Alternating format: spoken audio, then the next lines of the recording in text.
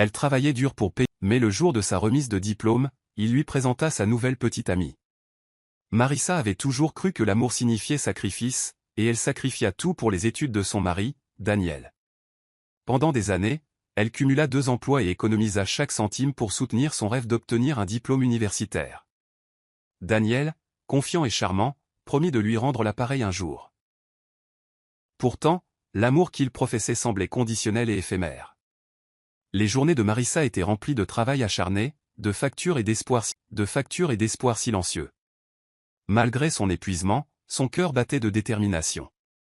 Elle envisageait un avenir où leur lutte s'épanouirait en succès, ignorant que la trahison rôdait à l'horizon, attendant de briser son monde. Daniel était toujours admiré pour son ambition, pourtant Marissa remarqua des changements subtils avec le temps.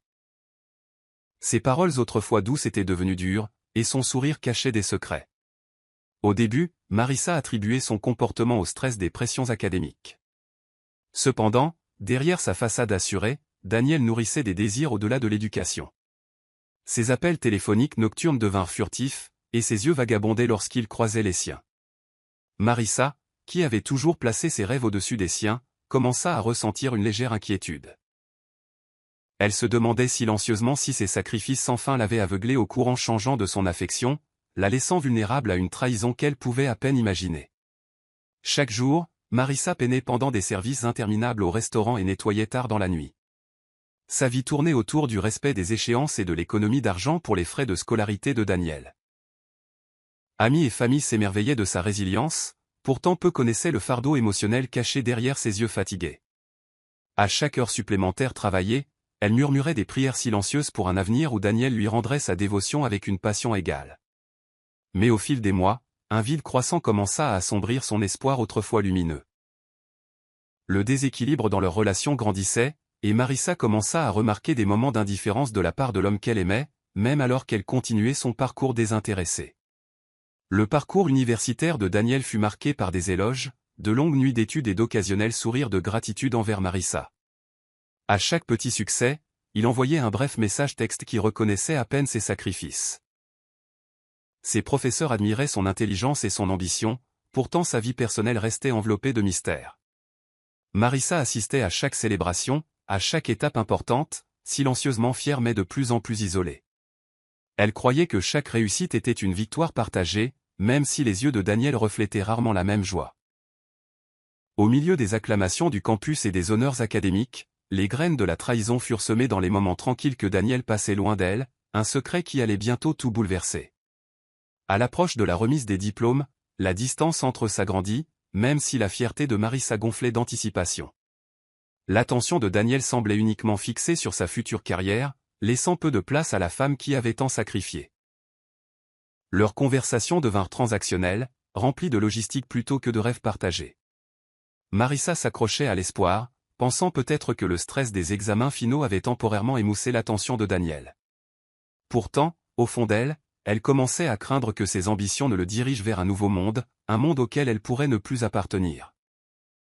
L'amour qui autrefois faisait s'envoler son cœur était maintenant assombri par les signes avant-coureurs subtils d'une tempête imminente. Des rumeurs commencèrent à circuler sur le campus et dans leur petite ville, des chuchotements sur les mystérieuses réunions tardives de Daniel. Marissa essaya d'ignorer les murmures, les attribuant à des camarades de classe jaloux ou à de simples exagérations. Cependant, un sentiment tenace insistait sur le fait que quelque chose n'allait vraiment pas. Un soir de pluie, alors que Daniel était parti à un dîner de célébration avec des camarades de classe, Marissa trouva un message texte sur son téléphone qui mentionnait un nom qu'elle ne reconnaissait pas. Le ton désinvolte du message fit vibrer en elle une corde de terreur. La révélation était minime, pourtant ses implications étaient vastes, allumant un conflit interne qu'elle n'avait jamais connu auparavant, mêlant amour et trahison. Les nuits de Marissa devinrent agitées alors qu'elle rejouait chaque moment passé avec Daniel. Chaque sourire, chaque mot semblait maintenant entaché par la possibilité de la tromperie. Incapable de dormir, elle remettait en question chaque décision qu'elle avait prise en son nom. La force qui la définissait autrefois se transforma progressivement en désespoir et en confusion. Elle se confia à son amie la plus proche, Tania, qui lui conseilla « Tu mérites l'honnêteté et le respect, Marissa ». Malgré l'incertitude douloureuse, Marissa s'accrochait à son espoir, priant pour que l'épreuve ne soit qu'un malentendu. Pourtant, chaque jour qui passait, la vérité silencieuse commençait à se manifester, la laissant vaciller au bord de l'abîme émotionnel, le cœur brisé par la perspective de la trahison. Le jour de la remise des diplômes de Daniel arriva avec fanfare et célébration. Marissa, vêtue de sa plus belle tenue, rayonnait de fierté en marchant parmi la foule de familles fières et de diplômés pleins d'espoir. Le campus universitaire scintillait sous le soleil éclatant, un contraste saisissant avec la tempête qui couvait en elle. Chaque poignée de main de félicitations et chaque sourire des autres participants lui rappelait les sacrifices qu'elle avait faits. Cependant, au milieu de la liesse, un pressentiment lui serra le cœur. À l'insu des célébrants, ce jour deviendrait le tournant décisif, un jour où rêve et promesse entreraient en collision avec de dures réalités, préparant le terrain pour une péripétie qui allait bouleverser la vie de Marissa à jamais. Alors que la cérémonie se déroulait, Daniel était assis parmi ses camarades de classe, dégageant confiance et charme. Marissa regardait depuis le public, applaudissant avec enthousiasme, le cœur rempli d'espoir pour l'avenir qu'ils avaient autrefois envisagé ensemble. Mais des chuchotements circulaient même parmi les diplômés, laissant entendre que quelque chose n'allait pas. Lorsque Daniel monta sur scène pour prononcer son discours, un silence soudain tomba sur la foule. Marissa écoutait attentivement, essayant de déchiffrer ses paroles à la recherche d'un signe de l'homme qu'elle connaissait. La cérémonie, censée être une célébration de la réussite et de nouveaux départs, commença à ressembler à un prélude de mauvais augure à une révélation qui allait changer tout ce qu'elle chérissait. Le moment de vérité arriva pendant la pluie de confettis. Daniel, avec un sourire radieux, s'avança et annonça « J'aimerais que tout le monde rencontre quelqu'un de très spécial pour moi. » Avec panache, il présenta une jeune femme à ses côtés, une femme que Marissa n'avait jamais vue auparavant. Une onde de choc parcourut la foule tandis que des murmures d'incrédulité résonnaient aux oreilles de Marissa. La présence de la femme était indéniable, un symbole frappant d'une trahison que Marissa avait redoutée. À cet instant précis, le poids de ses sacrifices s'abattit sur elle. Son cœur se brisa en d'innombrables morceaux et l'humiliation déferla dans ses veines, marquant le début d'un voyage émotionnel qu'elle n'avait jamais imaginé. Un silence stupéfait emplit l'auditorium alors que Daniel répétait le nom de la femme avec fierté, comme s'il dévoilait un nouveau chapitre de sa vie. Marissa resta figée, son esprit titubant sous le coup de la trahison qui s'étalait maintenant devant elle. Elle se souvint de chaque nuit blanche et de chaque sacrifice, réalisant que son dur labeur n'avait servi à rien d'autre qu'à alimenter les ambitions de quelqu'un d'autre. L'air s'épaissit de tension alors que les gens commençaient à chuchoter à propos du scandale. Des larmes montèrent aux yeux de Marissa tandis qu'elle luttait pour comprendre l'injustice. La cérémonie de remise des diplômes, autrefois symbole d'espoir, s'était transformée en une scène d'humiliation, lui laissant le goût amer de la trahison et une profonde douleur émotionnelle. Dans les jours qui suivirent la remise des diplômes, Marissa se replia sur elle-même. La femme autrefois vibrante se déplaçait maintenant dans la vie avec un cœur lourd et une estime de soi brisée. Des amis tentèrent de la consoler, mais la blessure était trop profonde pour être apaisée par des mots vides. La nuit, les souvenirs de ses sacrifices se mêlaient à la piqûre de la trahison et ses pensées se tournaient amèrement vers Daniel.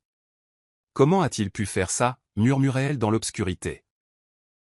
Chaque rappel de ses rêves perdus alimentait une résolution croissante de regagner sa dignité. Au milieu de la douleur, une étincelle de défi commença à luire, une détermination à s'assurer que la trahison ne resterait pas impunie. Un soir frisquet, Marissa confronta Daniel dans leur petit appartement. « Comment as-tu pu trahir tout ce que nous avons construit ?» demanda-t-elle, la voix tremblante de colère et de chagrin. Les yeux de Daniel se détournèrent vivement et il marmonna une explication peu convaincante. « Je n'ai jamais voulu te faire de mal. J'ai juste... » balbutia-t-il, incapable de justifier ses actions. Les mains de Marissa se crispèrent, son cœur endolori par la prise de conscience que l'homme qu'elle aimait ne ressemblait en rien à l'homme qu'elle croyait être. La conversation dégénéra en un échange amer d'accusations et de regrets.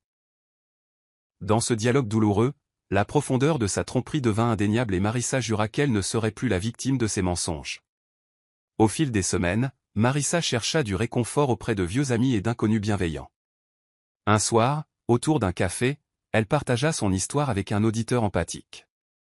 « Je lui ai tout confié, dit-elle doucement, les larmes aux yeux. » L'auditeur répondit, « Parfois, le karma a une façon de rétablir l'équilibre. » Ces mots résonnèrent en Marissa, allumant en elle une étincelle de détermination. Ne voulant plus se vautrer dans le désespoir, elle commença à planifier un chemin vers la justice personnelle. La pensée de l'indifférence de Daniel ressemblait maintenant à un défi, un appel à regagner non seulement son respect de soi, mais aussi la dignité qui lui avait été volée par sa trahison.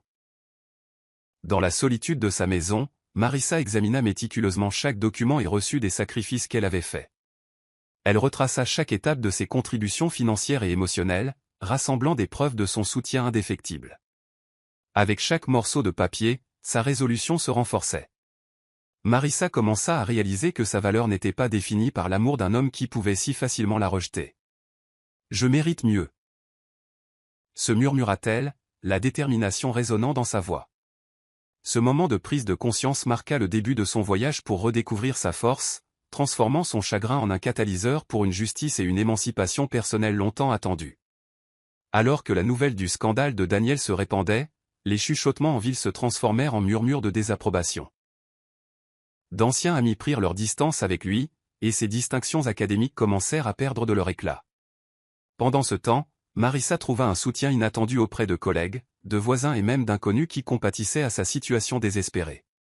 Un soir, alors qu'elle se promenait dans un parc tranquille, elle rencontra une femme âgée qui lui dit doucement « Tu te relèveras, ma chère, car ceux qui font le mal finissent toujours par en payer les conséquences. » Cette simple conversation raviva l'espoir dans le cœur de Marissa. Elle réalisa que si la trahison de Daniel l'avait profondément blessée, elle lui ouvrait aussi la porte pour reconstruire une vie ancrée dans la force, la dignité et la justice. Animée par le désir de châtiment et le besoin de retrouver son identité, Marissa mit son plan à exécution. Elle organisa méticuleusement les preuves de ses sacrifices et de la tromperie de Daniel, se préparant à exposer la vérité à ceux qui l'avaient autrefois admiré. Son plan n'était pas né d'une simple vengeance, mais d'un profond besoin d'équilibre. Avec une détermination tranquille, elle contacta des membres influents de la communauté et même les médias locaux. « Personne ne mérite d'être trompé », déclara-t-elle lors d'un entretien crucial, la voix ferme et résolue. Le parcours de Marissa ne se limitait plus à un chagrin d'amour. Il s'agissait de restaurer l'équité et d'exiger des responsabilités. Alors que les révélations de Marissa commençaient à circuler, l'image soigneusement construite de Daniel commença à s'effondrer. D'anciens collègues, professeurs et même camarades de classe remirent en question son intégrité et ses motivations. Lors d'une confrontation tendue lors d'un forum communautaire, un journaliste local lui demanda directement : « Comment justifiez-vous vos actions alors que tant de personnes ont été blessées par votre tromperie ?» Daniel balbutia, sa façade assurée vacillant sous le poids de l'examen public. Pendant ce temps, Marissa observait avec une satisfaction tranquille l'émergence de la vérité. Chaque déclaration publique, chaque entretien érodait le personnage qu'il avait maintenu, exposant la trahison brute au cœur de son ambition, le laissant isolé et vulnérable. Alors que le scandale s'amplifiait, Marissa trouva de la force dans la solidarité avec d'autres personnes qui avaient été trahies de la même manière. Lors d'une série de réunions privées, des femmes partagèrent leurs histoires de sacrifices et de tromperies, formant un front uni contre la manipulation. Leurs conversations étaient remplies d'émotions brutes et de discussions franches sur l'estime de soi et la justice. « Nous ne nous tairons pas », déclara fermement une femme, allumant un feu dans le cœur de Marissa. Ces réunions se transformèrent en une communauté de soutien dédiée à dénoncer ceux qui exploitaient la confiance à des fins personnelles. Forte du courage collectif, Marissa poursuivit sa campagne, s'assurant que les méfaits de Daniel soient exposés aux yeux de tous. La tension atteignit son paroxysme lors d'une réunion publique très attendue, où Daniel fut contraint d'affronter ses accusateurs. Marissa monta sur scène avec une confiance mesurée, présentant les preuves de ses sacrifices et de ses trahisons devant un public stupéfait. « J'ai construit cette vie de mes propres mains », proclama-t-elle, sa voix résonnant d'une juste colère, « et je ne laisserai pas la tromperie définir mon avenir. » La salle éclata en murmures de soutien alors que Marissa racontait les détails douloureux de son parcours. À cet instant, la balance de la justice commença à pencher, et les mensonges de Daniel ne purent plus se cacher derrière son sourire charmeur. Sa réputation était en lambeaux, et la communauté exigeait des comptes. Chaque jour qui passait, Marissa transformait son angoisse en émancipation. Elle suivit des séances de conseil, s'inscrivit à des cours de développement personnel et découvrit de nouvelles passions qui avaient longtemps été éclipsées par son sacrifice. Dans les moments tranquilles de réflexion, elle reconnut que sa douleur n'était pas une marque de faiblesse, mais un tremplin vers sa renaissance. « Je suis plus que son soutien. Je suis ma propre personne », affirma-t-elle lors d'une conversation introspective avec une amie de confiance. Alors qu'elle embrassait sa nouvelle indépendance, la piqûre de la trahison commença à s'estomper. remplacée par la promesse d'un avenir construit sur le respect de soi, la résilience et la certitude que la justice, avec le temps, serait rendue. La chute de Daniel fut rapide et inévitable. L'opinion publique changea à mesure que d'autres victimes se manifestèrent avec leurs propres histoires de tromperie et de manipulation. Les bailleurs de fonds et les institutions académiques, autrefois épris de son génie, rompirent leurs liens. Un soir, alors que Daniel était assis dans un bureau faiblement éclairé, son téléphone vibrait sans cesse de messages d'indignation et d'appels à la responsabilité. Son image autrefois fière s'était dissoute en une série d'excuses publiques et de batailles juridiques.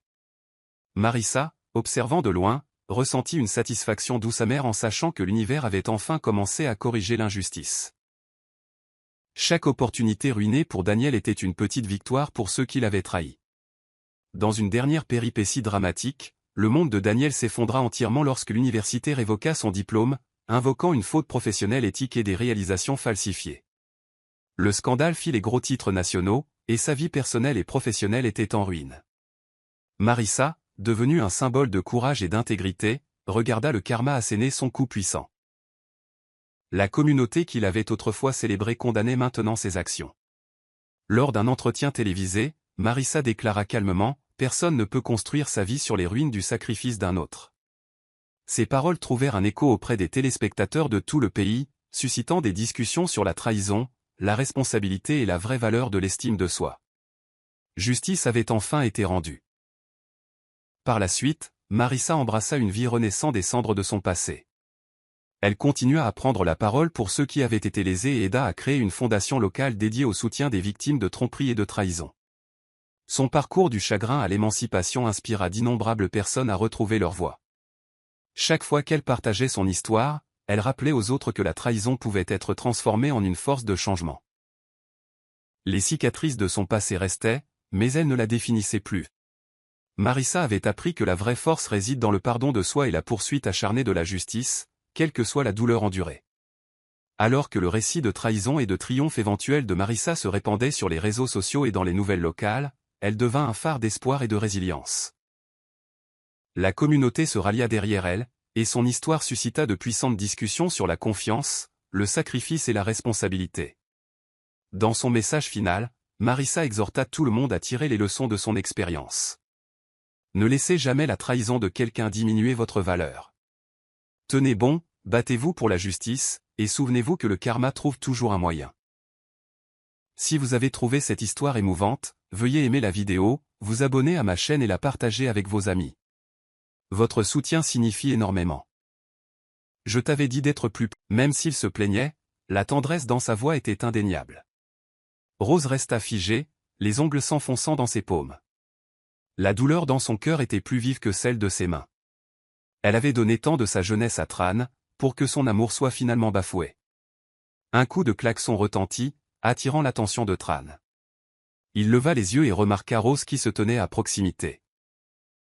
Il parut surpris et se déplaça mal à l'aise avant d'expliquer « April est tombée, et je passais par là, alors je l'ai prise. » J'étais juste en train de lui mettre un peu de médicament sur la cheville. April ajouta rapidement avec un doux sourire « Oui, Tran ne fait que m'aider. » Rose, s'il te plaît, ne te méprends pas, elle lança un clin d'œil enjoué à Rose, la suffisance évidente dans ses yeux. L'estomac de Rose se noua. Elle se sentit mal. Quelqu'un qui passait jeta un coup d'œil entre les trois, sentant l'attention dans l'air. Tran fronça les sourcils face à cette attention, puis se tourna vers Rose. « Tu vas juste rester planté là ? Monte dans la voiture, dit-il avec impatience. Sans un mot, Rose s'approcha, retira son alliance et la lui jeta. Divorçons, dit-elle, la voix ferme. Tran resta là, abasourdi. Avant qu'il ne puisse réagir, Rose lui avait déjà tourné le dos et commençait à s'éloigner. Il se précipita derrière elle, lui attrapant le poignet. « Tu demandes le divorce ?» Encore, gronda-t-il entre ses dents serrées. « Oui, » répondit Rose en sortant un accord de divorce qu'elle portait dans son sac depuis un certain temps. Elle le lui tendit. Le visage de Tran s'assombrit, dans un accès de colère, il déchira les papiers en lambeaux. « Tu me menaces toujours de divorce. Je t'ai dit qu'elle était blessée et que je ne faisais que la raccompagner. Dois-tu en faire toute une histoire ?» April se précipita, les yeux rouges comme si elle était sur le point de pleurer. Elle attrapa la main de Rose. Rose, tu te méprends sur tout. Tran et moi sommes juste amis maintenant. Si cela te met mal à l'aise, je peux rentrer à pied. Rose retira sa main avec dégoût. Ne me touche pas, cria-t-elle, la voix remplie de rage. April recula en titubant comme si elle allait tomber, mais Tran la rattrapa rapidement, la tenant doucement. Ses yeux brûlaient de colère alors qu'il fixait Rose. Quel est ton problème? Quelqu'un d'autre ne peut-il pas s'asseoir sur le siège passager à part toi, cria-t-il. De quoi es-tu vraiment contrarié? Rose resta là, le cœur lourd. De quoi suis-je contrarié, pensa-t-elle. C'était clair, le favoritisme flagrant de Tran pour April, son mépris pour ses sentiments. Sans un mot de plus, Tran prit la main d'April et dit froidement, monte dans la voiture. Laisse-la continuer à faire une scène si elle veut. Nous verrons combien de temps elle pourra tenir. Sur ce, il partit en voiture, laissant Rose debout dans la rue. Le ciel s'assombrit, et bientôt la pluie commença à tomber, le tonnerre grondant au loin. Elle marcha dans la direction opposée, laissant la pluie battante la tremper jusqu'aux os. Ce n'était pas la première fois que Rose demandait le divorce. Le jour où April était revenu à Bonny Island, Tran s'était précipité pour aller la chercher, laissant Rose derrière lui sans la moindre pensée. C'est alors que Rose découvrit qu'April était le premier amour de Tran. Cela mena à une dispute animée. Rose avait accusé Tran d'être trop proche de son ex, de ne pas respecter les limites. Tran, en retour, l'avait blâmé d'avoir fouillé dans son téléphone et d'être toujours suspicieuse. De colère, Rose avait également demandé le divorce cette fois-là. Mais Tran n'essaya pas de la calmer. Au lieu de cela, il quitta la maison et ne revint pas pendant des jours. Rose avait pleuré jusqu'à s'endormir chaque nuit, terrifiée de le perdre. Finalement, c'est elle qui s'excusa, lui disant qu'elle n'aurait pas dû vérifier son téléphone et qu'elle avait réagi de manière excessive. Tran savait que Rose l'aimait trop. Il savait qu'elle avait peur de le quitter, et il en avait profité contre elle. Mais maintenant, après toutes les déceptions, Rose avait finalement atteint sa limite. Cette fois, Tran repartit, comme il l'avait fait auparavant. Et Rose savait qu'elle ne pouvait plus le supporter. Rose passait un moment paisible, emballant tranquillement ses affaires petit à petit, se préparant pour son voyage au Royaume-Uni à la fin du mois. Le 3e jour, son téléphone sonna de manière inattendue. C'était un des amis de Tran. « Allô, belle-sœur, Tran est vraiment ivre. Pouvez-vous s'il vous plaît venir le chercher ?» Rose soupira et répondit froidement, « Nous sommes en instance de divorce. Ce n'est pas pratique pour moi. » « Mais belle-sœur, Tran n'arrête pas d'appeler votre nom. Êtes-vous sûr de ne pas venir? Vous avez du mal à entendre. La dernière fois qu'il était ivre, il a appelé le nom d'April, dit Rose, sa voix ferme mais fatiguée. Soudain, elle entendit une bouteille se briser à l'autre bout du fil. Sans dire un mot de plus, elle raccrocha calmement le téléphone. Le lendemain matin, alors que Rose ouvrait la porte pour sortir, elle tomba nez à nez avec April. April arborait un air suffisant en se couvrant la bouche, feignant d'être embarrassée. « Rose, je suis désolé de te déranger, mais Tran a trop bu la nuit dernière et a vomi partout sur lui. Je suis venu l'aider à prendre des vêtements propres. » Rose plissa les yeux, peu impressionnée. « Oh, je lui ai demandé de revenir, mais il ne l'a pas fait.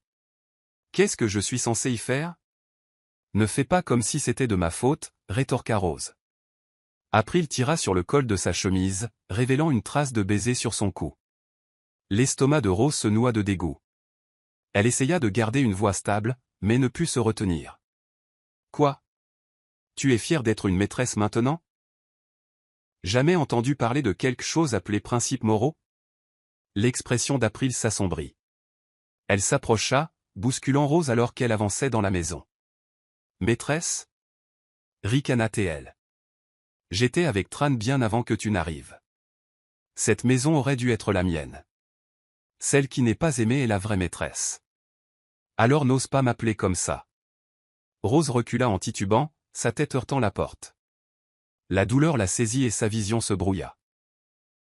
Elle tenta de retrouver son équilibre, la colère bouillonnant en elle. Elle attrapa April par le col, prête à la jeter dehors. Mais juste à ce moment-là, Tran entra. Il se plaça immédiatement devant April, la protégeant tout en lançant un regard froid à Rose. « Ça suffit, dit-il durement. Tu l'as assez intimidée. Maintenant tu veux encore lever la main sur elle? Excuse-toi auprès d'April. Rose sentit les larmes lui monter aux yeux, mais elle se mordit la lèvre, refusant de les laisser couler. Elle les poussa tous les deux vers la porte. Sortez! Vous tous, sortez, hurla-t-elle en claquant la porte derrière eux. Rose s'effondra derrière la porte, son corps secoué de sanglots. Quelques instants plus tard, la porte fut de nouveau poussée. Tran entra en trombe, ses mains agrippant ses épaules alors qu'il l'examinait, sa voix maintenant remplie d'inquiétude. Tu es blessé. Pourquoi n'as-tu rien dit? Rose le repoussa, furieuse. Elle attrapa la pommade qu'il avait apportée et la lui lança. Je n'ai pas besoin de ta fausse sollicitude. Tran parut peiné alors que la bouteille rebondissait sur lui. Je suis ton mari. En quoi est-ce faux si je me soucie de toi? Rose essuya ses larmes avec colère, sa voix se brisant. Je t'ai dit que je voulais divorcer. Pourquoi ne peux-tu pas comprendre ça? La voix de Tran était basse, pleine de frustration. Juste parce que j'ai aidé April avec des médicaments, tu veux me quitter? D'accord, peut-être que j'ai eu tort. Je n'ai pas pensé à ce que tu ressentirais. Je suis désolé. D'accord? Que veux-tu de plus de moi? Il devenait de plus en plus en colère en parlant, et dans un accès de frustration, il frappa la porte de la salle de bain, sa main devenant violette. Rose le regarda dans le miroir, le cœur endolori. Pendant des années, elle avait essayé de le comprendre, mais maintenant elle réalisait qu'elle ne l'avait jamais vraiment fait. Tran pensait que tant qu'elle ne le surprenait pas au lit avec April, il pouvait agir comme si de rien n'était, l'accusant de réagir de manière excessive. Il voulait qu'elle reste silencieuse, qu'elle continue de l'aimer sans poser de questions, sans protester. Des larmes coulaient sur son visage alors que l'expression de Tran s'adoucissait. Il les essuya doucement et parla d'un ton doux. Rose, nous sommes ensemble depuis tant d'années. Nous sommes les personnes les plus importantes dans la vie de l'autre. S'il te plaît, arrête de parler de divorce. Arrête de nous faire du mal comme ça. Il faisait toujours ça. La blesser, puis revenir avec des mots doux, pensant que cela arrangerait tout. Mais cette fois, quelque chose avait changé. Ces mots n'avaient plus le même pouvoir sur elle. Rose le regarda à travers ses larmes. Tran, si tu ne contactes pas April pendant une semaine, je ne reparlerai plus de divorce. Le visage de Tran s'illumina d'espoir, un sourire se dessinant sur ses lèvres. Est-ce vraiment si simple? Rose hocha la tête. Oui, c'est simple. Mais au fond d'elle, elle savait que ce n'était pas le cas. Elle savait qu'il ne pourrait pas rester loin d'April, pas même pendant une semaine. Tran avait commencé à changer ses habitudes. Le premier jour, il apporta à Rose un bouquet de ses fleurs préférées, des eustomas. Le lendemain, il sauta une fête pour l'emmener à leur restaurant de fondue chinoise préféré. Le troisième jour, il la rejoignit à la salle de sport, chose qu'ils n'avaient pas faite ensemble depuis des lustres. Le quatrième jour, ils dînèrent à la maison, et Tran fit la cuisine. Mais le dernier jour, Rose avait fait des plans.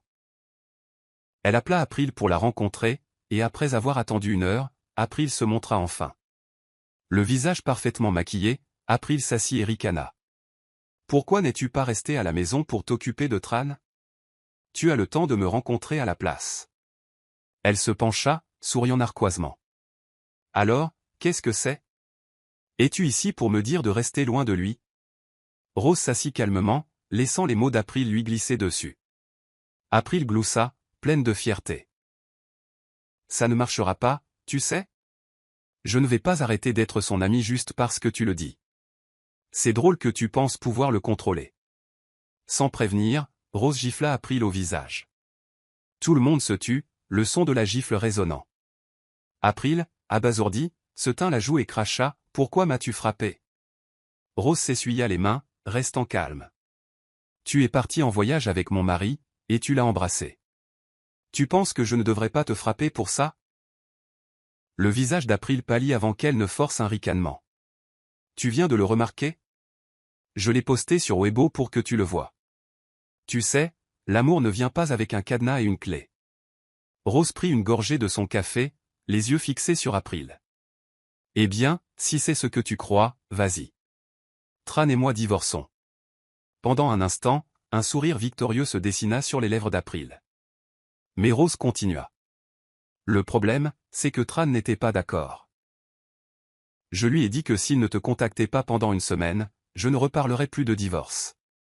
Le sourire d'April s'effaça, son visage montrant sa déception. Rose se leva lentement et dit, « Aujourd'hui est le dernier jour de cette semaine. Voyons si tu peux le faire rompre notre accord pour toi. » La voix d'April monta alors que Rose s'éloignait. « Rose, attends un peu. Tu verras. » Ce soir-là, Tran rentra tôt à la maison, comme d'habitude, et il semblait plus heureux que jamais. Il serra Rose par derrière, chuchotant, « Allons au restaurant où nous avons eu notre premier rendez-vous ce soir, pour rattraper notre anniversaire. Qu'en penses-tu » Ils se rendirent au même restaurant. Tout semblait encore comme à l'époque. Les lumières chaudes donnaient à l'endroit une atmosphère chaleureuse. Et pendant un instant, Rose eut l'impression de revoir la version plus jeune de Tran. Celui qui la faisait rire facilement. Il gloussa alors qu'elle essayait de couper son steak. « Rose, pourquoi es-tu toujours aussi mignonne » la taquina-t-il, lui prenant le couteau et la fourchette des mains et lui donnant un morceau de steak, comme il le faisait autrefois. Tran avait toujours été vif d'esprit. Rose le savait. Il avait bâti sa vie à partir de rien, utilisant ses compétences pour démarrer une entreprise à Bonny Island. Maintenant, il avait réussi, et il n'avait plus à s'inquiéter de l'argent. Mais il était aussi romantique. Sorti de nulle part, il produisit un bouquet de roses rouges, les plaçant sur la table comme il l'avait fait des années auparavant. « À la belle dame qui a volé mon cœur », dit-il en souriant. Pendant un bref instant, tout parut parfait. Mais ensuite, son téléphone sonna. Sans regarder, Rose sut que c'était April. Tran se tendit, hésitant avant de refuser l'appel. Le téléphone sonna de nouveau, et encore. Rose se leva tranquillement. « Je vais aux toilettes. » dit-elle, lui laissant de l'espace. Il hocha la tête, l'air soulagé. Quand Rose revint, elle entendit Tran parler d'un ton précipité. « April, que se passe-t-il » À l'autre bout du fil, April pleurait. « Tran, j'ai tellement peur. Je suis au bar, et cet homme ne me laisse pas tranquille. Pourquoi ne m'as-tu pas appelé depuis des jours ? Je sais que tu tiens encore à moi. » Le cœur de Rose se serra en entendant la supplique larmoyante d'April. « Tran, viens me chercher, s'il te plaît. » Gémit April. Tran attrapa ses clés de voiture et se tourna pour partir précipitamment, mais en se retournant, il heurta Rose de plein fouet. Leurs regards se croisèrent, et la tension était palpable entre eux. Tran pinça les lèvres, évitant le regard de Rose. « Rose, je suis désolé. April était en danger au bar. C'est le bar où je l'ai emmenée, donc je ne peux pas la laisser là. » Il ajouta rapidement, « Je la ramène chez elle et je reviens tout de suite. Nous finirons de dîner, je te le promets. » Rose le regarda fixement. « Dois-tu vraiment y aller ? Tu me l'as promis, Tran. » L'expression de Tran changea, une froideur s'installant dans ses yeux. « Rose, je pensais que tu étais compréhensive. Ne peux-tu pas être plus empathique ? Elle est en danger. » Après une pause, il dit, « Je reviendrai après l'avoir déposée. » Sans attendre de réponse, Tran sortit en courant. Il jeta un coup d'œil en arrière par la fenêtre avant de partir en voiture, et Rose lui fit un signe d'adieu. Alors que sa voiture disparaissait, elle se rassit et continua son repas, ressentant un calme étrange. Quand Rose rentra chez elle, elle sortit un accord de divorce qu'elle avait déjà préparé et le posa sur la table de chevet. Elle attrapa sa valise emballée, quitta la maison et se dirigea vers l'aéroport. Pendant son vol vers Port Harcourt, son téléphone vibra. C'était un message d'April avec une photo de Tran allongée à côté d'elle, torse nu. Le SMS disait, « Tu as perdu. Il ne reviendra pas ce soir. Tu devrais divorcer. Tu ne peux pas gagner contre moi. » Rose gloussa doucement pour elle-même. April pensait avoir gagné, mais Rose n'avait pas non plus l'impression d'avoir perdu. Elle enregistra la photo et l'envoya à Tran avec un simple message. « Signe l'accord de divorce. » Puis elle le bloqua sur toutes les plateformes. Quand Tran se réveilla et vit April à côté de lui, la panique s'installa. Il n'avait aucun souvenir de la façon dont il s'était retrouvé là. Il se souvenait clairement qu'il avait eu l'intention de partir après l'avoir déposé. Mais April s'était accroché à lui, suppliant, « Tran, reste juste un peu plus longtemps. J'ai peur. Prends encore un verre avec moi, puis je te laisserai partir. Sa conscience lui disait de refuser. Il avait promis à Rose qu'il reviendrait. Mais April tremblait, lui serrant les mains fermement. Alors il soupira et accepta. Juste un peu plus longtemps. Je dois y aller après ça. Il n'avait aucun souvenir du reste. Mais maintenant, se réveillant dans son lit, la peur l'envahit. Il se souvint avec quel calme Rose lui avait dit au revoir la nuit dernière, comme si elle savait quelque chose qu'il ignorait. Tran s'habilla rapidement et se précipita chez lui, mais chaque feu rouge semblait le ralentir. Son esprit s'emballait. Rose m'aime depuis qu'elle est jeune. Elle ne restera pas en colère éternellement. Je peux arranger ça. Mais quand Tran rentra chez lui, tout était trop propre. La maison semblait vide. Son cœur se serra. Il se précipita dans la chambre, priant pour qu'elle soit toujours là. Mais le lit était intact. Rose était partie. Il fouilla frénétiquement la maison, mais rien d'elle ne restait. Ce n'est qu'alors qu'il comprit. Il l'avait perdue. Complètement. Tran sentit une oppression dans sa poitrine, une douleur se répandant en lui comme un poids lourd. Désespéré, il attrapa son téléphone pour appeler Rose, mais il était éteint. Il se dépêcha de trouver le chargeur, mais dans sa hâte, il trébucha et tomba, luttant pour se relever. Alors qu'il attendait que le téléphone s'allume, l'anxiété le parcourut, sa respiration s'accélérant comme si une épée était suspendue au-dessus de lui, prête à frapper. Finalement, le moment arriva. Un message et une photo scellèrent son destin. Tran ramassa l'accord de divorce que Rose avait signé, le fixant pendant ce qui lui parut une éternité. Une larme tomba sur le papier, maculant l'encre. Il s'effondra sur le sol, la douleur et le regret gravés sur son visage. Non, Rose ne ferait pas ça, pensa-t-il, essayant de se convaincre. Si seulement je pouvais expliquer et m'excuser, elle me pardonnerait sûrement. Après tout, elle a toujours eu bon cœur. Mais il ne pouvait pas la joindre. Elle l'avait bloquée. Tran courut à son lieu de travail, essoufflé et frénétique, pour découvrir qu'elle avait été mutée à un autre poste et était partie pour l'Angleterre la nuit précédente. Les souvenirs affluèrent dans son esprit, ceux d'il y a un an, quand Rose lui avait parlé avec enthousiasme de sa promotion et lui avait demandé s'il l'accompagnerait au Royaume-Uni. Il se souvint s'être senti égoïste, ne voulant pas qu'elle parte, et comment elle n'en avait plus jamais parlé après qu'il eut montré sa vulnérabilité. Mais maintenant, il était trop tard. Elle l'avait laissé derrière elle. Savez-vous quand elle a décidé de partir, demanda Tran à la réceptionniste, le cœur serré. Il y a un mois, répondit-elle. Il y a un mois, le jour de leur 7e anniversaire de mariage. Elle avait donc décidé de le quitter à ce moment-là. Il ferma les yeux avec angoisse et se gifla violemment. Après son arrivée au Royaume-Uni, tout sembla se dérouler sans heurts pour Rose. Son travail était organisé, sa nouvelle maison avait un joli jardin et les voisins étaient sympathiques. Elle pensait que Tran saisirait l'occasion de se réconcilier avec April, mais au lieu de cela, il se présenta à sa porte un soir après le travail. Elle ne l'avait pas vu depuis un mois. Il avait l'air plus mince, avec des cernes sous les yeux, un contraste frappant avec l'homme énergique qu'elle connaissait autrefois. Un mélange d'émotions la submergea. Il n'y avait aucune satisfaction dans la vengeance, aucun chagrin persistant, juste un profond se. Les appels, et il maintenait un vernis de politesse mais ne cédait jamais. Kimberly devenait frustrée. Un soir, elle le confronta dans son pantouse. Tu dois arrêter cette défiance puérile, Case. Cela fait des mois depuis ton annulation. J'attends que tu passes déjà à autre chose. Il se tenait près de la fenêtre, les bras croisés. Mère, peut-être que je ne veux pas passer à autre chose. Y as-tu pensé? Les yeux de Kimberly brillèrent. Ton père a bâti un empire pour toi. Est-ce si mal que je veuille le voir continuer à prospérer? Il se tourna, affrontant son regard. À quel prix, mère?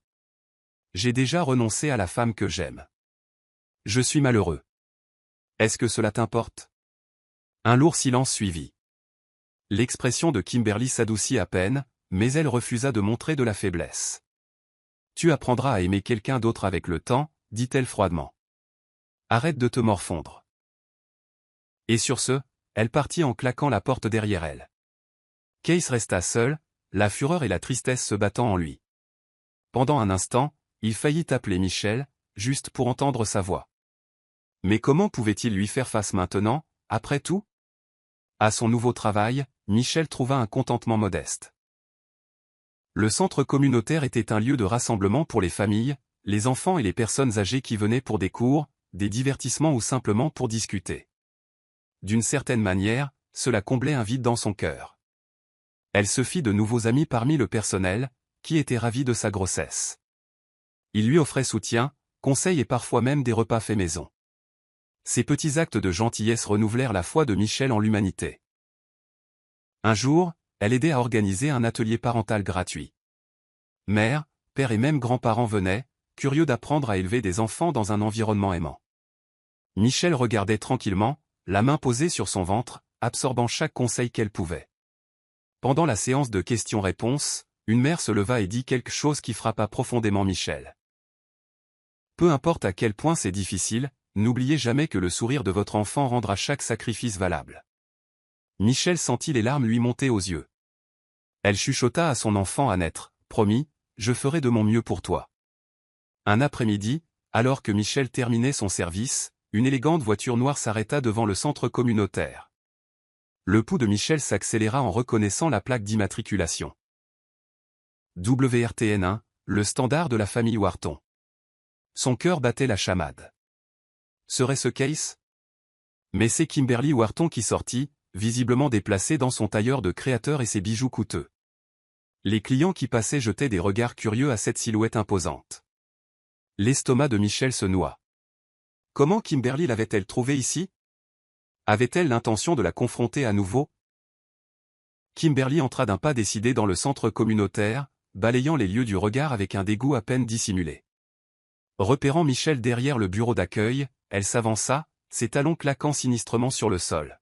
« Vous voilà, » dit Kimberly, la voix dégoulinant de condescendance. « Je n'apprécie pas d'être forcé de vous traquer, mais vous ne m'avez pas laissé le choix. » Michel sentit ses paumes devenir moites. « Je n'ai rien à vous dire, Madame Wharton. » Kimberly eut un sourire narquois, ses yeux se posant sur le ventre désormais bien visible de Michel. « Alors c'est vrai. Vous êtes enceinte de mon petit enfant. » Un silence se fit dans la zone immédiate. Michel lutta pour maintenir son sang-froid. « Cela ne vous regarde pas, » répondit-elle, bien que sa voix tremblante trahît sa peur. Kimberly se pencha, baissant la voix. « Cela me regarde si ce bébé est un Wharton. Vous pensez pouvoir garder cela secret?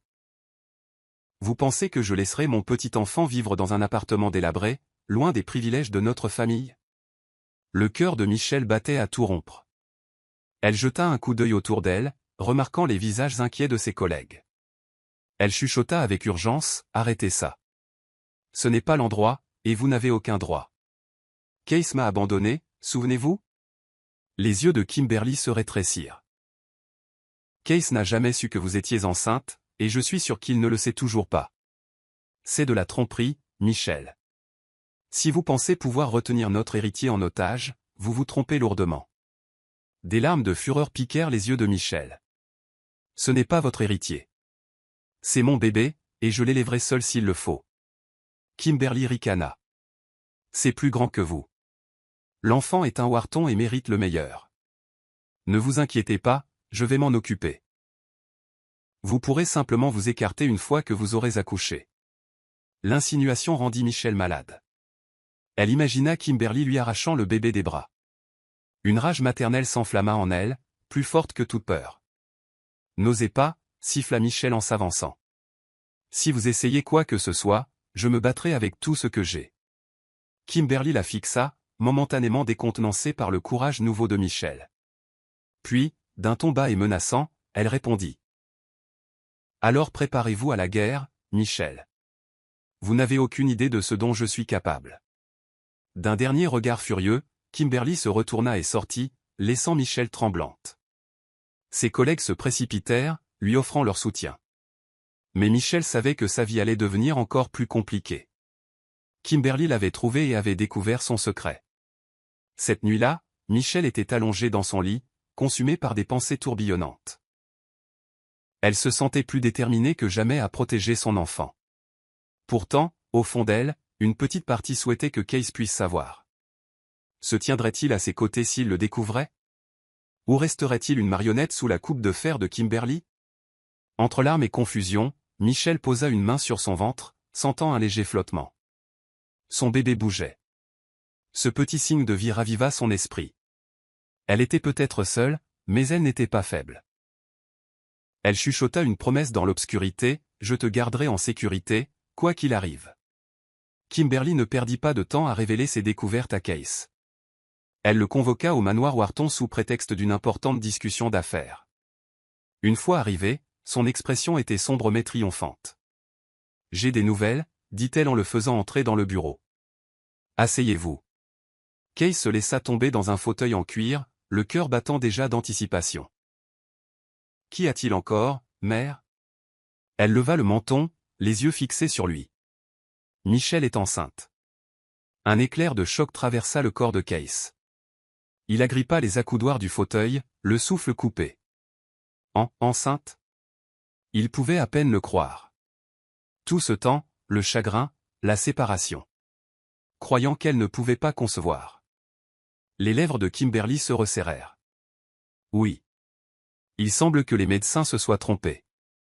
Elle attend votre enfant, Case. Il bondit sur ses pieds. Où est-elle? Est-elle bien? De combien de temps est-elle enceinte? Ces questions jaillirent en une rafale rapide. Kimberly leva une main, le faisant taire. Calmez-vous. Je l'ai retrouvée dans un centre communautaire miteux dans un quartier moins reluisant de l'État. Elle va bien, autant que je puisse en juger. Mais elle n'a aucune intention de nous laisser nous impliquer. Elle a menacé de nous tenir le bébé éloigné. Les yeux de Case flamboyèrent. Mère, elle a parfaitement le droit d'être en colère. Nous l'avons rejetée comme si elle n'était rien. Oui, il marqua une pause, la culpabilité l'inondant à nouveau. Je ne savais pas, Kimberly fit un geste dédaigneux. Cela n'a pas d'importance. Ce qui est fait est fait. Mais maintenant, nous devons nous assurer que cet enfant soit élevé dans la famille Wharton. Case la dévisagea, la prise de conscience se faisant jour. Vous voulez dire que vous voulez prendre le bébé à Michel? Elle renifla. Elle est inapte. Elle ne peut pas offrir le genre de vie et d'éducation qu'un héritier Wharton mérite. Nous avons des ressources. Nous pouvons offrir tout à l'enfant. La poitrine de Case battait d'un mélange chaotique de rage et de regret. Mère, c'est mon enfant, et Michel est la mère. Vous ne pouvez pas simplement les séparer. La voix de Kimberly devint glaciale. Je ferai ce qu'il faut pour assurer notre lignée, Case. Michel ne peut pas vous tenir éloigné de votre propre progéniture. Utilisez la loi si nécessaire.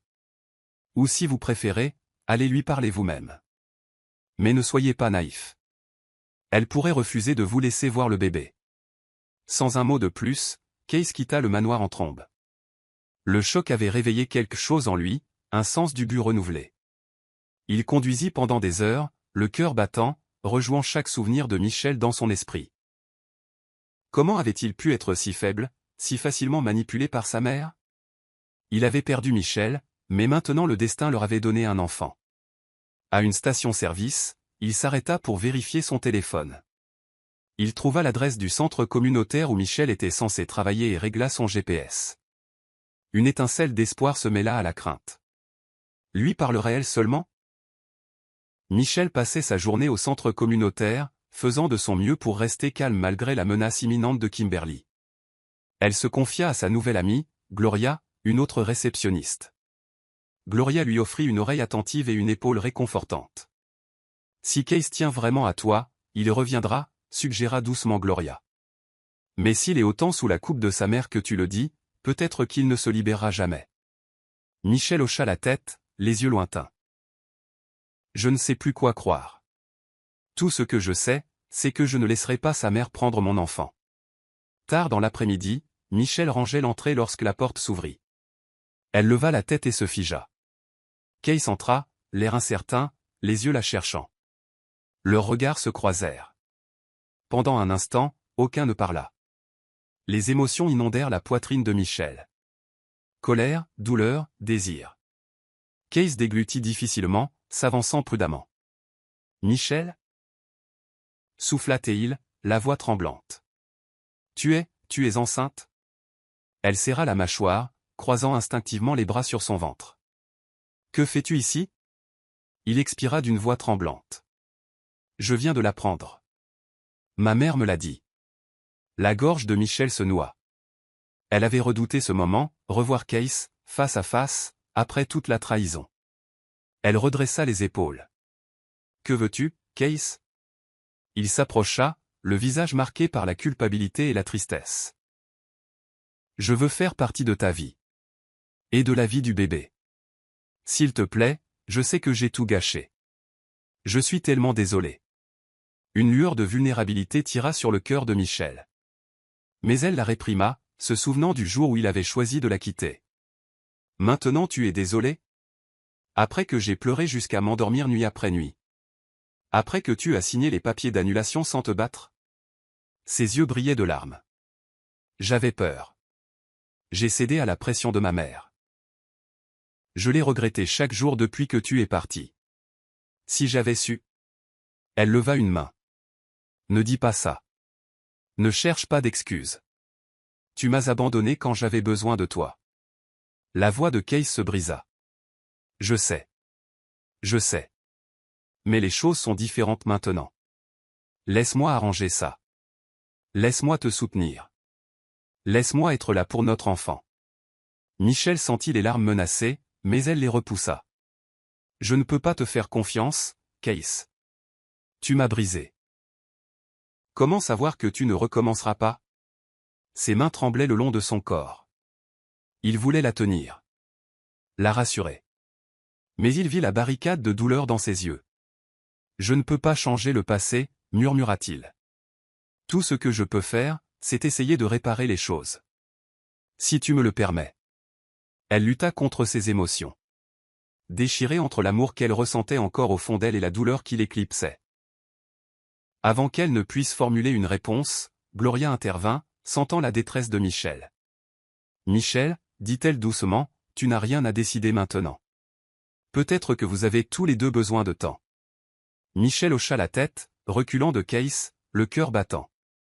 Du temps, répéta-t-elle doucement. Je ne peux pas gérer ça. Pas aujourd'hui. Les épaules de Case s'affaissèrent. Je comprends. Pouvons-nous nous revoir?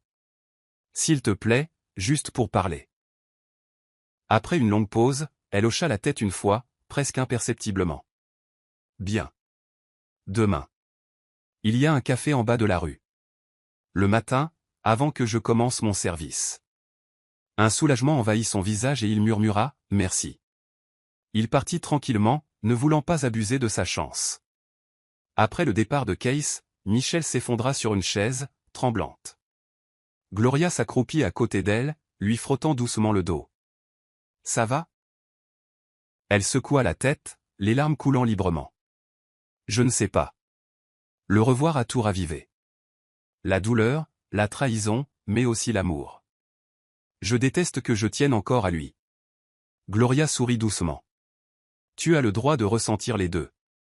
C'est normal. La question est, que veux-tu vraiment? Michel fixa ses mains, se souvenant de la chaleur qu'elle avait autrefois trouvée dans les bras de Case. Pouvait-elle vraiment lui pardonner? Pouvait-elle lui faire confiance pour tenir tête à sa mère cette fois? Case, pendant ce temps, était rongé par la culpabilité et l'espoir. Il réserva une chambre dans un hôtel voisin, ne voulant pas retourner aux Penthouse des Wharton sans essayer d'arranger les choses. Il passa la moitié de la nuit à faire les 100 pas, rejouant la conversation avec Michel. Il fit également un geste audacieux. Il éteignit son téléphone, ignorant le barrage d'appels de Kimberly. Il devait gérer cela seul. Dans son esprit, il voyait le petit enfant qu'il appellerait un jour papa. Une protectivité féroce s'enflamma en lui, se mêlant à l'amour qu'il ressentait toujours pour Michel. Il jura qu'il ne les laisserait plus tomber. La lumière du matin filtrait à travers les fenêtres du petit café. Michel arriva tôt, les nerfs à vif. Elle s'installa dans une banquette d'angle, sirotant une tisane et surveillant la porte. Case arriva quelques instants plus tard, vêtu d'une simple chemise et d'un jean. Pas de costume chic, pas de façade d'entreprise. Il offrit un sourire timide en se glissant sur le siège en face d'elle. Un silence gênant persista jusqu'à ce que Michel s'éclaircisse la gorge. Alors, tu voulais parler? Il hocha la tête. Oui. D'abord, laisse-moi te dire à quel point je suis désolé pour tout. Je sais que je ne peux pas effacer le passé, mais je veux une chance de réparer les choses. Michel croisa son regard, les larmes menaçant. J'ai peur, Case. Je ne peux pas revivre cette douleur. Il tendit la main vers la sienne, marquant une pause pour voir si elle le permettrait. Elle hésita avant de le laisser lui serrer doucement les doigts. Je comprends, et je ne m'attends pas à ce que tu me pardonnes du jour au lendemain. Mais je suis prêt à me battre pour toi, pour notre bébé, si tu me le permets. Elle étudia son visage, cherchant des signes de l'homme timide qui se pliait autrefois à sa mère. Au lieu de cela, elle vit une lueur de détermination qu'elle n'avait jamais vue auparavant. Se battre pour moi signifie aller contre ta mère, lui rappela-t-elle, la voix légèrement tremblante. Elle n'acceptera pas notre enfant à moins qu'il ne soit élevé strictement selon ses règles. La mâchoire de Case se tendit. Alors elle devra accepter que j'en ai fini d'être son pion. C'est ma vie, et la vie de mon enfant. Je veux être le père qui est là, pas le père qui abandonne. Michel sentit une vague d'espoir, mais aussi une pointe de scepticisme. De grandes paroles, Case. Mais cela signifie-t-il que tu couperas les ponts avec l'Empire Wharton? Il déglutit difficilement. Si c'est ce qu'il faut, oui. Je suis prêt à tout quitter. Mon père a bâti l'Empire, mais cela ne signifie pas que je doive sacrifier ma famille pour cela. Une larme s'échappa de l'œil de Michel. Elle serra sa main. Je n'ai jamais voulu que tu perdes tout, Case. Je voulais juste que tu me choisisses quand ça comptait. Il hocha la tête, la tristesse gravée dans ses yeux. Je te choisis maintenant. Je prie pour qu'il ne soit pas trop tard. Au cours de l'heure suivante, ils parlèrent, vraiment parlèrent. Michel avoua ses craintes d'élever un enfant seul, le chagrin qu'elle avait enduré après l'annulation, les difficultés de déménagement et l'inquiétude constante de l'ingérence de Kimberly. Case écouta attentivement, le remords évident. À son tour, il raconta comment il avait été paralysé par la peur de décevoir sa mère, comment il avait réalisé trop tard que rien de tout cela n'importait autant que Michel. À la fin de la conversation, ils n'avaient pas tout résolu, mais ils avaient un accord fragile. Ils essaieraient de reconstruire la confiance, pas à pas, avec prudence. J'aimerais visiter ton appartement, offrit doucement Case. Voir où tu vis, t'aider avec tout ce dont tu as besoin. Michel hésita, puis hocha la tête. D'accord, mais ne t'attends pas à des logements luxueux, taquina T.L. Riley, faisant allusion à son environnement plus simple. Case eut un demi-sourire. Cela ne m'importe plus. Case décida qu'il était temps d'affronter sa mère de front. Il ne pouvait pas avancer en paix avec Michel s'il ne mettait pas fin aux manipulations de Kimberly. Il l'appela depuis le café. Elle répondit sèchement. Case, où étais-tu? Je t'ai appelé une douzaine de fois. J'étais occupé, répondit-il froidement. Nous devons parler, mère. Son ton changea. Oui, nous devons. Surtout à propos de cette situation de bébé. Tu dois amener l'enfant sous notre garde. La mâchoire de Case se crispa. Non, mère. Je vais soutenir Michel et notre bébé. Et je ne forcerai Michel à rien faire qu'elle ne veuille pas, silence sur la ligne. Puis un rire mordant. Case, ne sois pas idiot. Réalises-tu les conséquences de me défier? Tu perdras la fortune, les actions, ta position, tout. Il prit une profonde inspiration. Je suis préparé à cela. Ma famille, c'est Michel et notre enfant, pas l'Empire Wharton. La voix de Kimberly tremblait de rage. Espèce d'ingrat. Ton père aurait honte. Case sentit un pincement à la mention de son père, mais il resta ferme. Peut-être serait-il fier de moi pour avoir enfin protégé ce que j'aime. Au revoir, mère. Il raccrocha, le cœur battant. C'était un pas qui signalait la fin de son ancienne vie et le début d'un nouveau chapitre précaire. Ce soir-là, Case suivit Michel jusqu'à son modeste appartement. C'était petit, mais chaleureux. Quelques plantes en pot près de la fenêtre, un canapé simple et des livres sur la parentalité empilés sur une table basse. Michel avait l'air embarrassé. Désolé, ce n'est pas ce à quoi tu es habitué. Case secoua la tête, regardant autour de lui avec une appréciation sincère. C'est agréable, paisible. J'aime bien, en fait. Elle lui offrit un verre d'eau, se sentant légèrement mal à l'aise. Tant de choses avaient changé entre eux. Pourtant, le fait de la voir là, debout dans son petit salon, lui parut étonnamment naturel, comme une pièce de puzzle. Ils parlèrent des rendez-vous prénataux, des dépenses pour le bébé et de la possibilité d'une coparentalité. Pour l'instant, Michel accepta de le laisser venir au prochain rendez-vous chez le médecin. Avant de partir, Case la regarda avec un espoir hésitant. « Merci de m'avoir laissé entrer, même juste un peu. Je ferai tout ce que je peux pour gagner ta confiance. » Elle hocha la tête, ravalant une boule dans sa gorge. « Nous prendrons notre temps.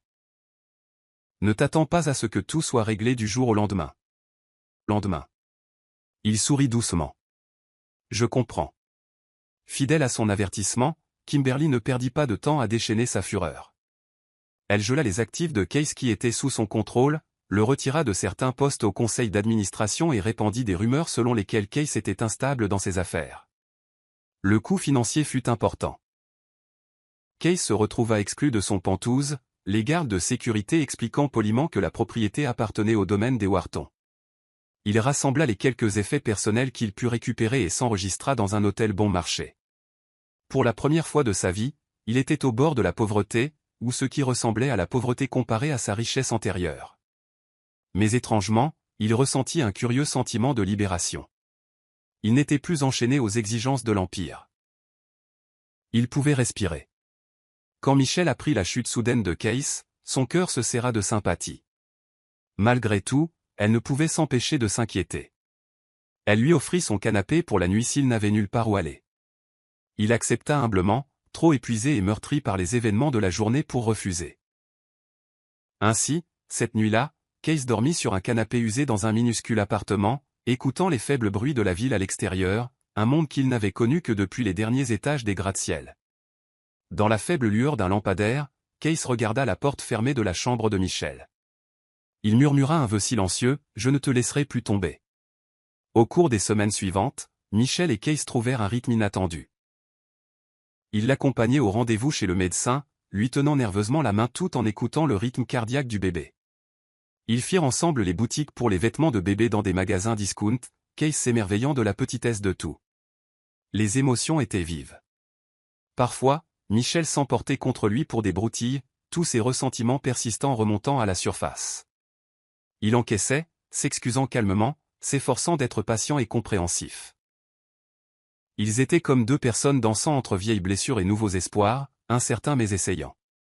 Kimberly n'était pas du genre à céder facilement le contrôle. Lorsqu'elle réalisa que Case était sérieux dans sa nouvelle voie, elle eut recours à des mesures plus extrêmes. Un matin, Michel répondit à un coup à la porte de son appartement et trouva deux inconnus. Ils lui remirent une assignation à comparaître devant le tribunal, une action en justice intentée par Kimberly Wharton, contestant l'aptitude de Michel à être mère et demandant la garde exclusive de l'enfant à naître. Les mains de Michel tremblèrent en lisant le jargon juridique.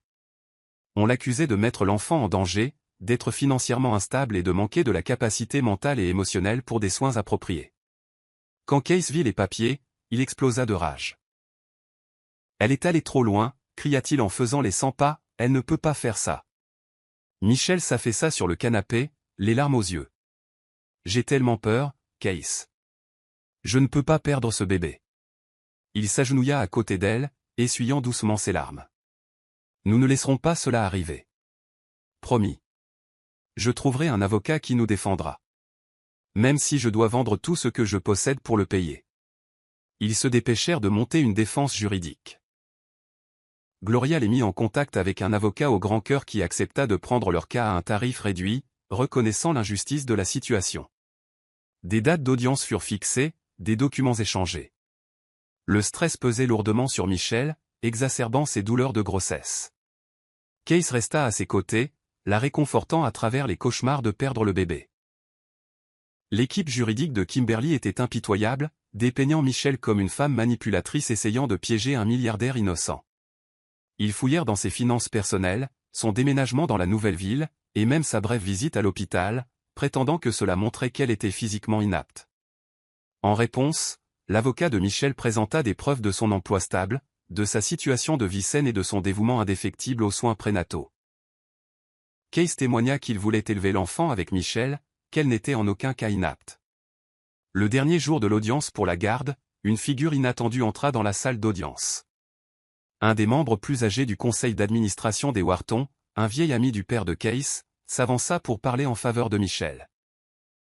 Il décrivit comment le père de Case avait toujours souligné la loyauté familiale plutôt que le statut social et comment l'empire avait été bâti pour créer des opportunités, non pour détruire des vies. Il rappela même à quel point le père de Case avait été fier de la gentillesse de son fils. Cette révélation toucha une corde sensible dans la salle d'audience. Kimberly, visiblement furieuse, tenta de saper le témoignage, mais le juge écouta attentivement. Après des heures de délibération, le juge déclara que Kimberly n'avait aucun motif pour demander la garde. L'enfant à naître n'était en aucun danger. Le juge nota également que Case, en tant que père biologique, soutenait Michel, et que sa plainte n'avait donc aucun fondement. Michel pleura de soulagement, Case la serrant fort dans ses bras dans la salle d'audience. Kimberly sortit en trombe, le visage tordu de rage, refusant de leur parler. À l'extérieur du palais de justice, les médias prirent des photos et posèrent des questions pointues. Mais Case tint simplement la main de Michel avec protection et la guida loin du chaos. La menace légale écartée, Case et Michel se concentrèrent sur l'avenir. Case utilisa ce qui restait de ses économies personnelles pour leur louer un appartement légèrement plus grand. Michel hésita au début. Elle ne voulait pas se précipiter pour vivre ensemble, mais finit par accepter, réalisant qu'ils avaient besoin de stabilité avant l'arrivée du bébé. Ils peignirent une chambre d'amis en jaune pâle, l'aménageant en nurserie. Chaque coup de pinceau ressemblait à une touche d'espoir. Ils accrochèrent un mobile simple au-dessus du berceau, de petites étoiles qui se balançaient doucement. Parfois, ils parlaient du passé, des excuses de Case, des aveux de Michel sur sa solitude et son chagrin. À travers de nombreuses conversations larmoyantes, ils recousurent progressivement le tissu déchiré de leur relation. Malgré tout le drame, le jour de l'arrivée du bébé arriva enfin. Les contractions de Michel commencèrent tard dans la nuit. Case la transporta d'urgence à l'hôpital dans une voiture empruntée, la main tremblante alors qu'il composait les numéros des médecins et des lignes d'assistance. Il resta à ses côtés pendant des heures de travail, l'encourageant à travers chaque vague de douleur. Michel serra sa main, les larmes coulant, le souffle court. Le souvenir de son chagrin se mêla à l'intensité brute de l'accouchement. Finalement, un cri aigu perça la chambre d'hôpital. Le bébé était là. Le médecin annonça qu'ils avaient un magnifique petit garçon. Michel s'effondra en arrière, submergé par le soulagement et la joie. Les yeux de Case brillaient de larmes alors qu'il coupait le cordon ombilical, la rupture symbolique des anciens fardeaux.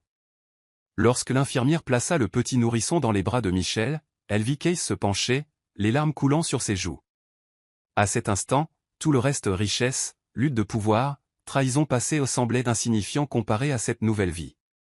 Ils nommèrent le bébé Caleb, un nom qui signifie fidèle et de tout cœur. Alors que Michel et Case berçaient leur nouveau-né, une vague de gratitude les submergea. Ils avaient surmonté le chagrin, la trahison et une bataille vicieuse pour la garde. Pourtant, ils étaient là, ensemble, forgeant un nouveau départ. Dans les semaines qui suivirent, Kimberly tenta de prendre contact avec des excuses et des cadeaux à demi-mot, cherchant à maintenir une certaine influence sur son petit-fils. Case et Michel fixèrent des limites strictes, s'assurant que Caleb ne serait jamais utilisé comme un pion dans les jeux de pouvoir familiaux. Case finit par trouver du travail dans une entreprise plus petite, déterminé à prouver qu'il pouvait réussir par ses propres mérites. Michel continua son travail au centre communautaire, mais avec des horaires flexibles pour pouvoir s'occuper de Caleb. Leur vie n'était pas le conte de fées extravagant auquel on pourrait s'attendre d'un ancien héritier milliardaire, mais elle était réelle et remplie d'un amour sincère. Les petits moments, un rire partagé au dîner, le soupir d'un bébé endormi, devinrent leur plus grand trésor. Tard un soir, alors que Michel berçait Caleb pour l'endormir, elle remarqua Case qui les observait depuis le seuil de la porte. Son regard était chaleureux, plein d'affection. Il s'approcha et déposa doucement un baiser sur son front. « Vous deux, vous êtes tout pour moi », murmura-t-il. Elle sourit doucement, le souvenir de la douleur passée commençant enfin à s'estomper. « Et toi, tu es tout pour nous. » Ils restèrent là, une famille enfin, la douce lueur d'une veilleuse illuminant leur visage. Ce n'était pas la vie qu'ils avaient autrefois imaginée, mais c'était la leur. Et elle était belle.